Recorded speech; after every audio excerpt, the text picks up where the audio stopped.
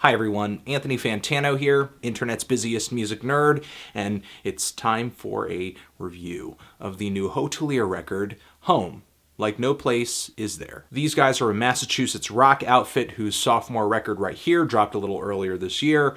Upon first impression, it didn't really grab me. If you get into this LP, you're gonna find a lot of very shouty, melodic, sort of dramatic and poetic and punk-spirited rock music that many would call emo, a genre of music I know fairly well. I love the bands that make up this genre's roots in the 80s and 90s, like Cap'n Jazz, American Football, Sunny Day Real Estate, Jawbreaker, as well as Mineral. And let's not forget Rites of Spring, who I remember getting into just because around that time I was a big Fugazi fan, that time being college. And the reason I got into this style of music in college is because it was continuing to dish out really good, memorable artists that a lot of people were excited for, like Brand New, as well as Envy, or like Gospel, or Page 99, or Circle Takes the Square.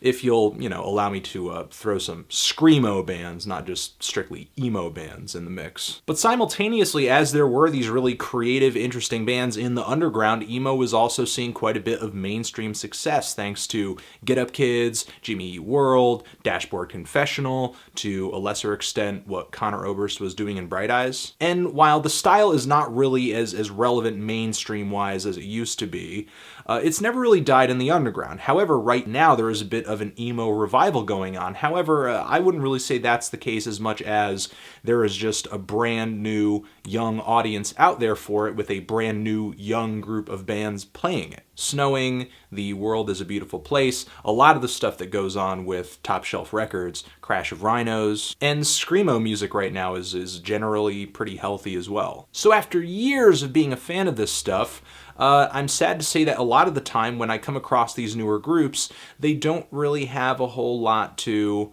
offer me in terms of a new idea or even a terribly distinct sound. Though I do have some favorites like The World is a Beautiful Place, who are from my home state, as well as, if you'll allow me to throw Touche Amore in there, even though they are technically a screamo act.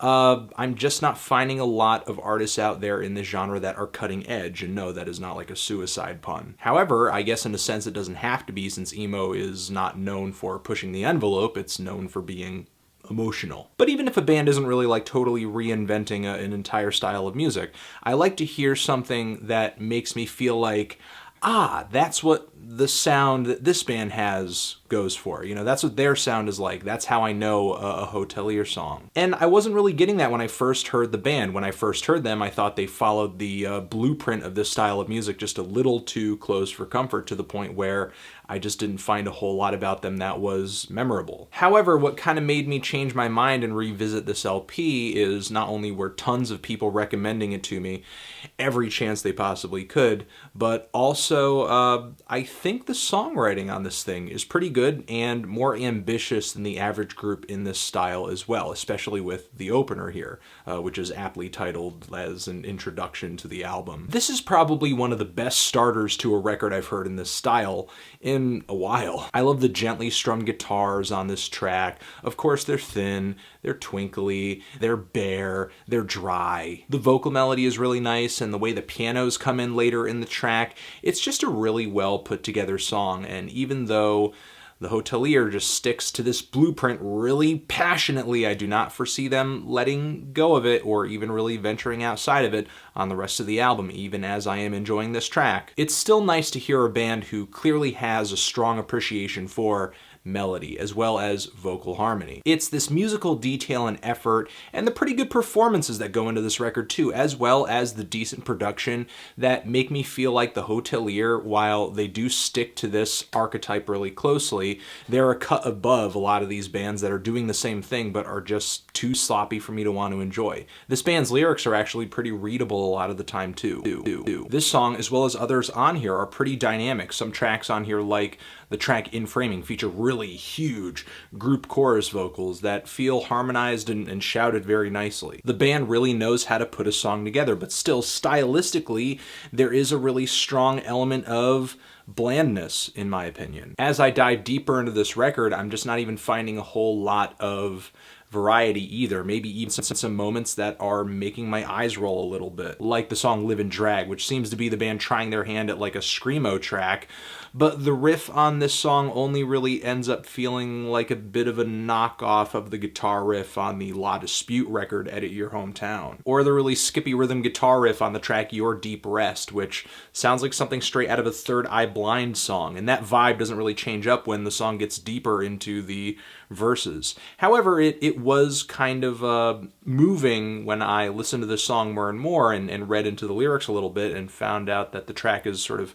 really about dealing with the grief of losing a close friend and sort of as a result of this misery, skipping out on the funeral. Pretty hard-hitting realization, which I've had several of across the track list of this record, just listening to the lyrics, specifically on other tracks like Housebroken. You know, overall I thought this record was decent. I liked quite a few tracks on it, and I'm glad there are bands out there right now that are sticking to this style and not doing it the injustice that I thought a handful of groups were in the 2000s that were blending this genre of music with really, really, really clear just elements of pop, just radio-friendly saccharine pop. You know, groups like this truly appreciate the roots and the origins and the sound. However, still, in their very deep appreciation and emulation, they're yet to come through with a distinct take or style. Aside from just a sheer lack of surprises and some tracks really paling in comparison to others, I'm not really finding a whole lot to complain about. You know, the Hotelier,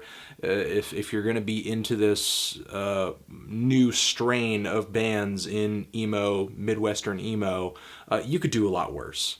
I'm feeling a strong 6 to a light 7 on this thing. Transition. If you've given this record a listen, what did you think of it? Did you love it? Did you hate it? Why? Do you think I'm a total bastard dickhead for not loving this band and not loving Snowing? I'm sorry. I'm sorry, Snowing fans. I don't love Snowing, you know?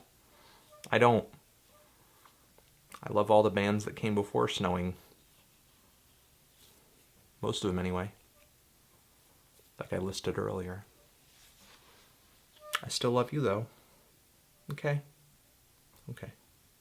Anthony Fantano, the Hotelier, formerly known as the Hotelier. Forever.